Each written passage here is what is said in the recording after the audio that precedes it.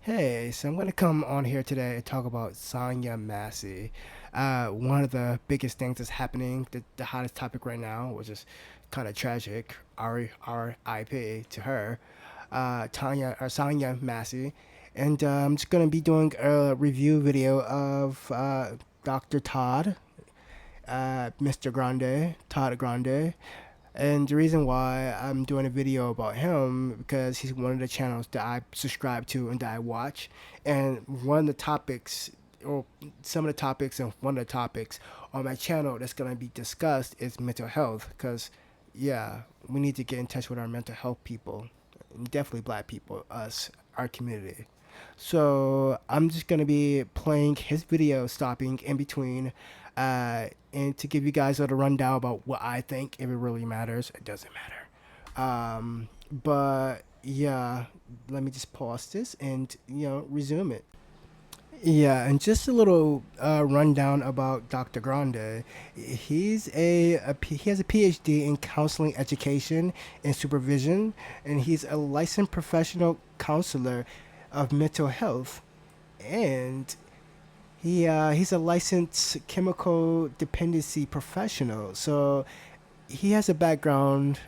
I know what he's talking about, and the reason why I chose him because or his channel to review this case is because he's pretty chill, laid back, unbiased, and he throws a little humor in there, even during heavy topics and discussions.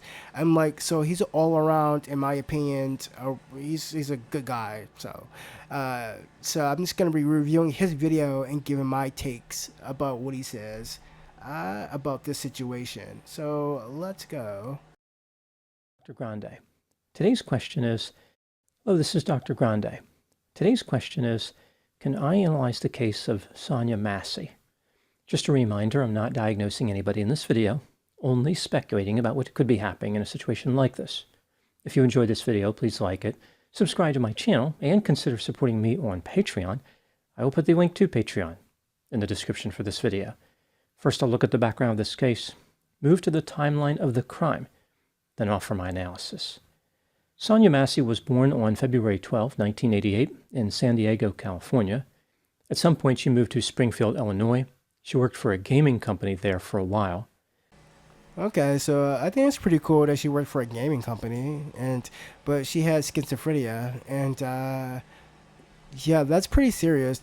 And I know a lot of people in our community, in the Black community, we don't really talk about mental health, and we don't really believe in mental health, and that's one of the biggest factors. Like she had paranoid schizophrenia, and yeah, my sister, childhood friend, she developed it like in her 20s, and I kind of spotted it a long time ago that something was kind of off with her, but it didn't really like fully develop until she was in her early 20s, and that's when it became more serious. And I will say to people out there who don't know, marijuana can offset, like it can trigger your schizophrenia. And I believe I had to go back, but I'm not saying this woman was a weed smoker or marijuana smoker, but yeah, my sister childhood friend was. So yeah, that's another thing that just get out of there. But I'll just say that was cool. She was in the gaming industry. According to a family member, Sonya had schizophrenia with paranoid delusions. Sonya lived in a 1,000 square foot, 3-bedroom house at 2868 Hoover Avenue. I know this is like a little odd thing to point out, but yeah, that's a cute little house. No, it's a 3-bedroom house. She's a single woman in a 3-bedroom house, a single Black woman in a 3-bedroom house. That's a lot of space for a single woman. Shout out to her for having her own place. But 2024 it's a at cute little house. 12:50 a.m. 36-year-old Sonya Massey called 911 and reported hearing noises outside her home. She refused to answer any questions and disconnected the call. 2 deputies from the Sangamon County Sheriff's Office responded, arriving at about 1:08 a.m. One of these deputies was named Sean Grayson. The other deputy has not been identified. I will refer to him simply as Deputy 2. Sean did not turn on his body camera as required by department policy, but Deputy 2's camera was activated. When the deputies first arrived, they checked the area for any sign of a prowler. Deputy 2 walked around Sonya's property with a flashlight. He looked in a shed in the backyard and looked in the front yards of a few other houses before noticing a black SUV in the driveway next to Sonya's house. This vehicle had a broken driver's side window, and a small window toward the back of the rear driver's side door was broken. There was no sign of a prowler. Sean had been searching the area as well, using his flashlight. At 1:12 a.m., Deputy 2 knocked on Sonya's front door. Sean joined Deputy 2 and started knocking. Yeah, so both of the deputies went around Sonya's house or Sonya's house to see if there was a prowler. They found evidence of a broken window, and then they went and approached her home, and knocked on the door, and first got no response. But I'm like, shouldn't the first thing they have done is announce their presence? That's what I'm thinking. Just to say, hey, we're here to check on your well-being. Also, too, yeah, just do that. Receiving no answer, the deputies contacted dispatch and asked them to call Sonya. The deputies could hear the phone ringing inside the house, but Sonya would not come to the door. Eventually, she yelled, "Hold on." At 1:16 a.m., Sonya finally answered the front door. She talked to the deputies about God and said that she didn't know who owned the black SUV next to her house. Sonya wasn't really speaking clearly or making a lot of sense. Yeah, so when Sonya finally answered the door, she wasn't making any sense. So that's a clue right there that something's off with her, and I think that's the moment where Sean took it as like, I don't know, like, I don't want to say he's atheist or anything like that, but who gets offended by God like that? And you're a police officer, like, jeez, like, calm down. She appeared to be suffering from mental health symptoms. After a brief conversation at the front door, the deputies were getting ready to leave. Deputy 2 walked away from the front door and called in the license plate of the black SUV. While he was a few feet away doing this, something transpired between Sean and Sonya, which led Sean to enter her house. So Deputy 2 went to go check out the license plate as Sean stayed with Sonya. Why? Because Deputy 2 has the body cam. Why didn't he stay with Sonya and Sean go and check out the license plate? Like, that's kind of odd. But why he was going to go and Deputy 2 going to check out what's happening with the license plate to see who the car belongs to, who's broken into. Something transpired between Sean and Sonya. What was that? Like, but we don't know because there was no body cam. I think that's when Sean got riled up. Yeah, that's really odd. Deputy 2 followed a few seconds later.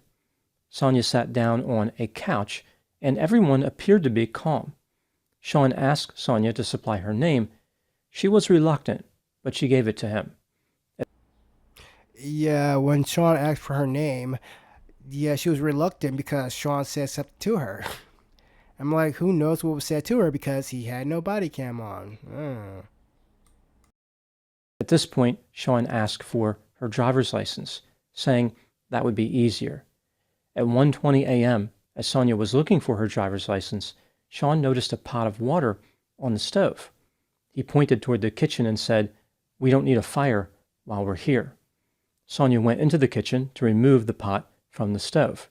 She turned off the stove, carried the pot to the sink, and turned on the faucet. Yeah, at one point, Sean noticed the pot of water boiling on the stove. Why not just ask for permission to go turn it off and just go turn it off? I'm like, she's sitting down, you're standing up. I'm like, you're so worried and concerned about the water boiling. You don't know how long the water's been boiling. You don't know why the water's boiling. Just go turn the water off. Like, hey, I noticed that water is boiling, and we don't need a fire while we're here. May I go and turn off the oven? I'm like, okay, simple.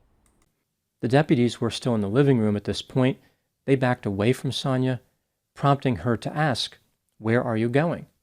Sean laughed as he responded, "Away from your hot, steaming water." Yeah, I think I'll look at some other body cam footage of this case because I know Dr. Grande doesn't want to be demonetized because of foul language or keep the family safe, content family safe without swear words.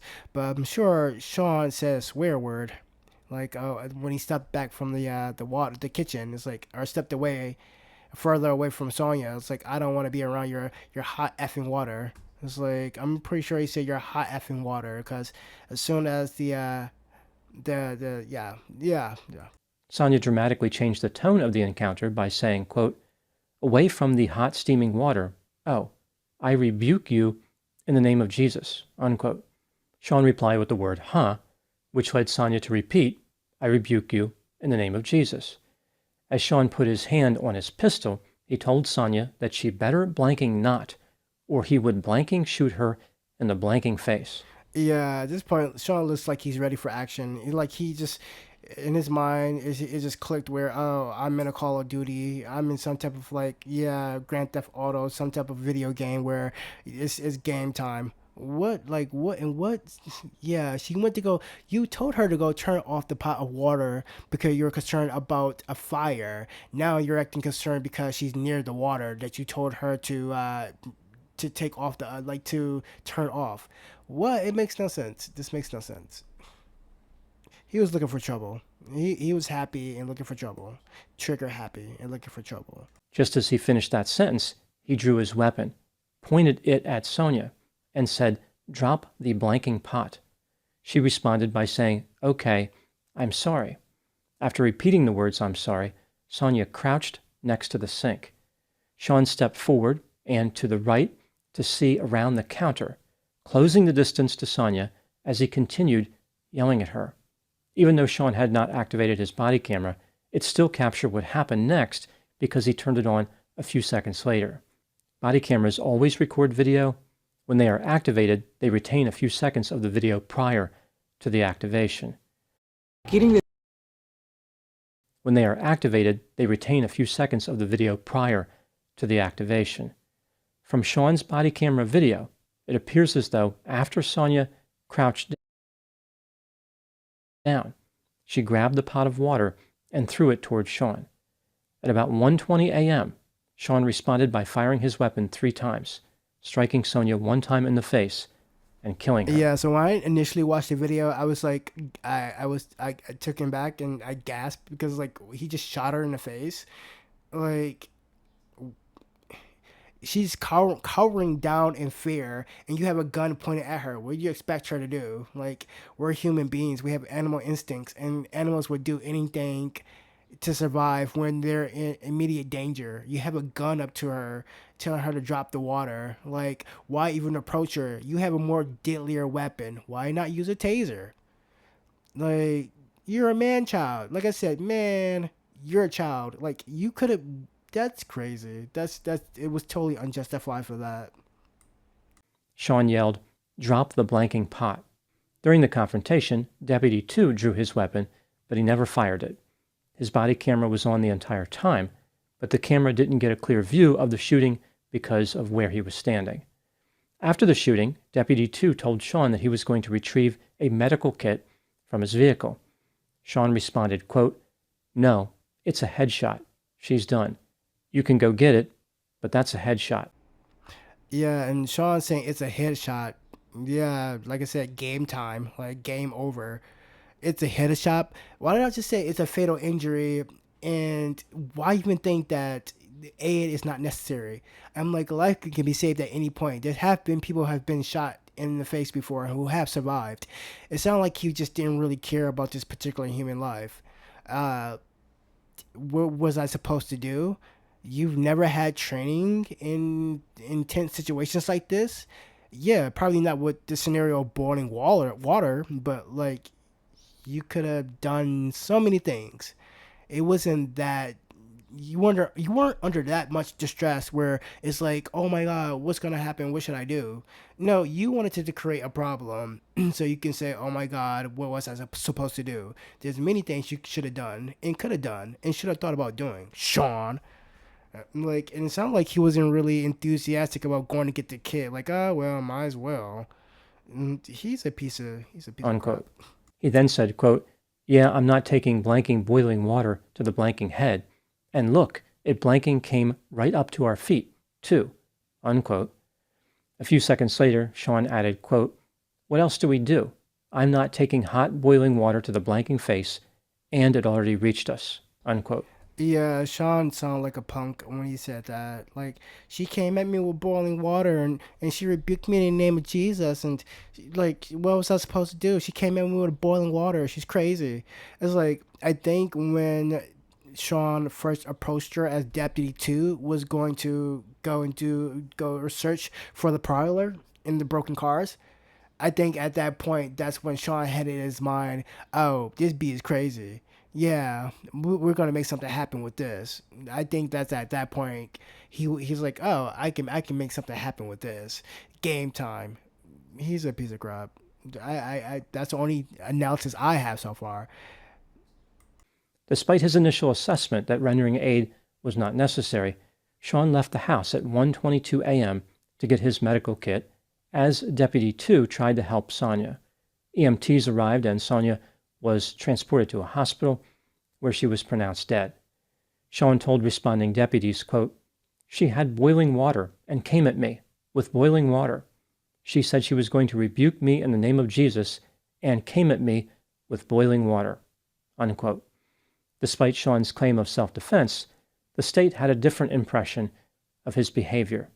On July 17, 2024, 11 days after the shooting, Sean Grayson was arrested and charged with first-degree murder, aggravated battery with a firearm, and official misconduct. I would say that it is awesome that the state of Illinois, took swift movement in prosecuting him and finding him and ranking up charges in 11 days. So and like a lot of people said, there's no telling what had would have had happened if his partner didn't have his camera on, but thankfully he had his camera on. And once again, it should be mandatory that all deputies, if you're a deputy, you should have your camera on. There's no question asked. There's no yes or no, black or white, gray area. He should have had his camera on. There's no excuse for that. I'm like, he should have ranked up some type of charge for using deadly force without his camera being on in the first place. That should have been a charge right there, in my opinion. Now moving to my analysis. The killing of Sonya Massey has attracted a tremendous amount of attention from the media. Yeah, and we're There's a condemning great deal of outrage, and many people have condemned Sean Grayson's behavior, including President Joe Biden. Put up with no bullshit. And I was like, I curse, but I'm past the mark that I can curse now. Yay!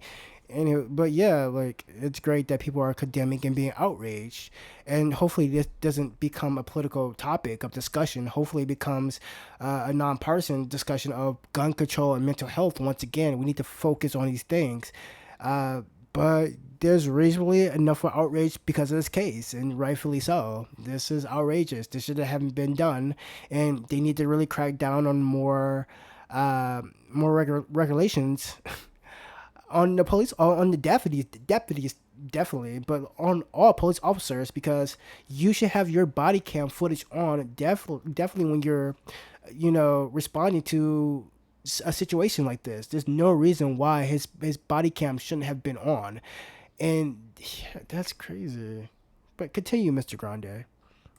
Despite a large number of people reaching the conclusion that Sean must have been guilty of first-degree murder, this case is a long way from resolved, and Sean maintains the presumption of innocence.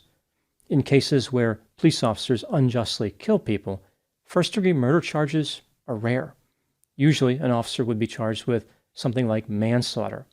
In an egregious case, second-degree murder. This brings me to the question, was Sean guilty of first-degree murder?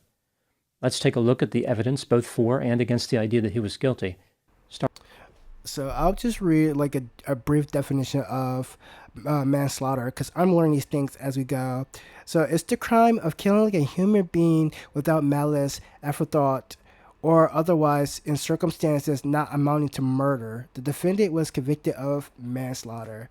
So it's not murder with the intent to kill. It's just, oops, it happened. Like you said, oh, she threw the pot of water at me. What was I supposed to do? So it wasn't like premeditated. So it's like, that's not what happened in my opinion. Yeah, and he mentioned second degree murder, and just a quick little rundown of that. Second degree murder is the intentional killing of another person without premeditation. It's often characterized by malice intent, such as acting recklessly without concern for human life. So most likely he'll be charged with second degree murder. So for example, shooting someone in a fit of rage during an argument would be considered second degree murder, while planning to kill someone by slipping poison into their coffee would be first degree murder. So most likely he'll get second degree murder charges. So I've been watching Mr. Grande, Todd Grande, Dr. Grande, for a little bit now, and this is my favorite part. He does his analysis, he does his breakdown, and he gives his evaluation of the situation. So let's listen to what he has to say. Starting with the inculpatory factors. Sean weighed 228 pounds. He was wearing body armor, had a firearm, a radio, and police training. Furthermore, he was accompanied by another armed deputy. Sonya weighed 110 pounds, was alone, and was mentally ill. When Sonya told Sean that she rebuked him in the name of Jesus, it was reasonable to believe that her behavior was due to mental health difficulties. Either way, her statement was not a threat. Yeah, as Dr. Grande pointed out, the height weight difference. Also, too, that Sean had armor on, he had like protective gear on, and he already knew that Sonya was mentally unstable. So by that, it wasn't a oh my god, oopsie, it just happened. It was let's make something happen, in my opinion.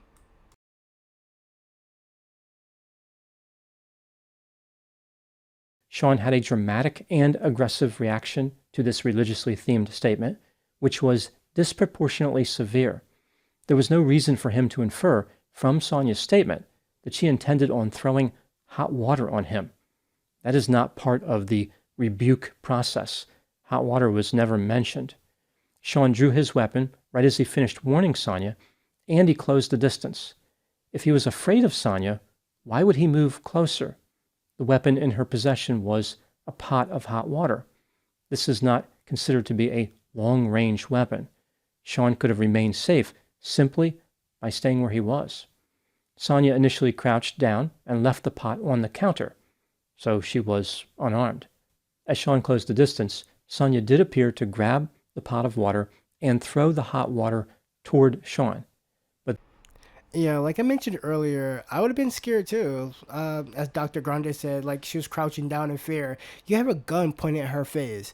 What's she supposed to do? Just stand there? Like I know that she's a God-fearing person, but she's still human. She cowered in fear, and you took it upon yourself to be the big man baby child, and thinking this is some type of video game, and just pointing at her.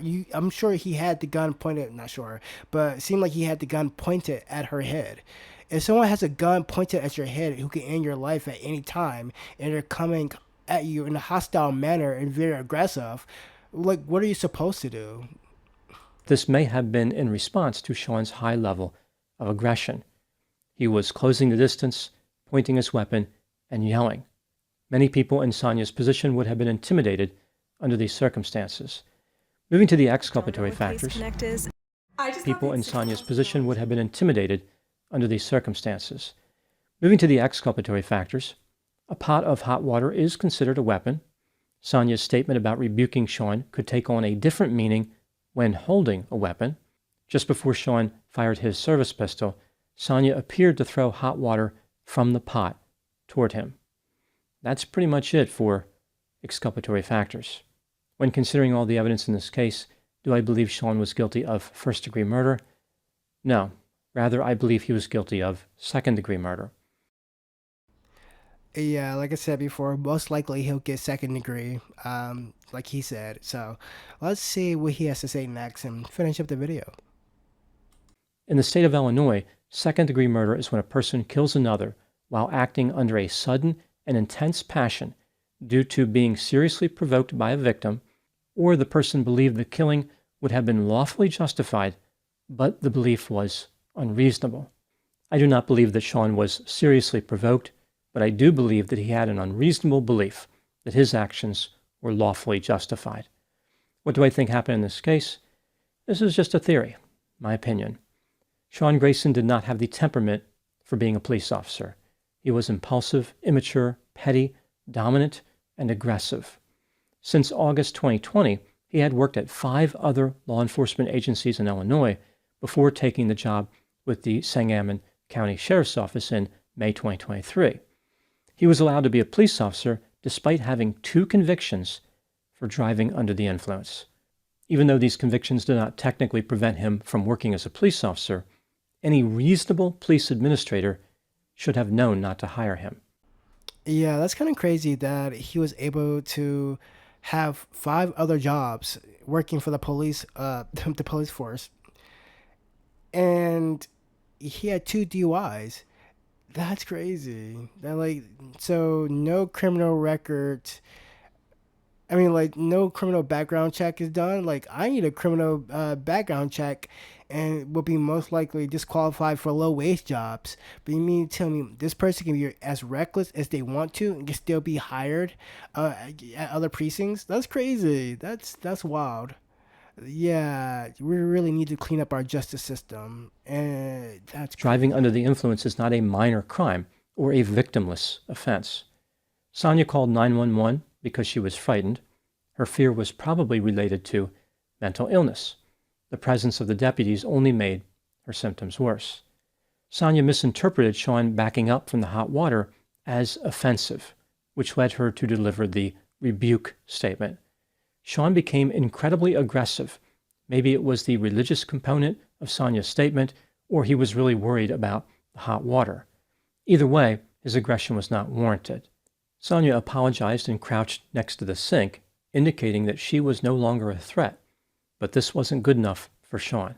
He wanted to fully dominate and intimidate Sonya. Therefore, he closed the distance while pointing a gun and yelling. Sonya became frightened and threw the pot of water in self-defense.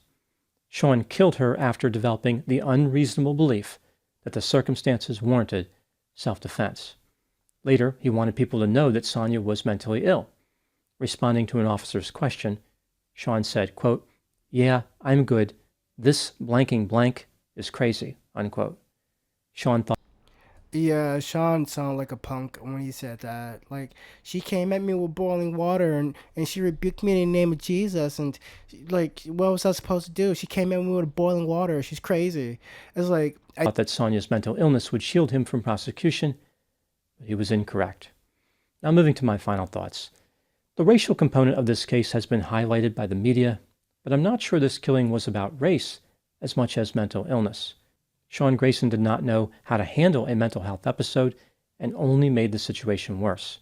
Those are my thoughts on the case of Sonya Massey. Please put any opinions and thoughts in the comments section.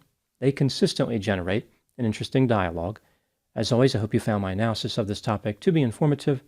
Thanks for watching. yeah, and this is a thing that I'm gonna start advocating for and start championing for is mental illness within the black community. And come on, people, let's kill the whole Jesus thing and God thing. God and Jesus is not gonna save you. We've been preaching this whole thing of rebuking people in the name of the Lord, demons and spirits, and you don't need to go. Why go to the therapy? Why go to counseling? Pray to Jesus. He'll solve everything. He'll deliver you from whatever. It's all BS. Let's stop it, black people, because we're out here, and Sean was unjustified in everything he did. But her having her mental health and her family checking in on her mental health could have made the situation a lot better. And if she had a proper diagnosis and knew what she was going through, and the family could have related that to the officers or whoever or whatever could have been related as far as mental health, a lot of things would have been resolved and cut dry. Like he could, like Dr. Grande said, Sean thought he can use, this effing B is crazy, which is the blank and blank, as an excuse to get out of killing her. And like, we need to stop that too. Stop stigmatizing people for their mental illnesses. Everyone in all communities, stop doing that. But definitely in the black community, stop calling people crazy. Like, you see how it ends up for us when we are not properly diagnosed and we don't know what's going on with our mental health, and they can use that against us, saying, oh, they're just effing crazy, and just throw it out there as an excuse and justification to kill. Like, let's stop that, please, please, please. Sorry for the noise in the background because they're doing construction, so I gotta work around it. But let's move on to Dr. Grande's final thoughts.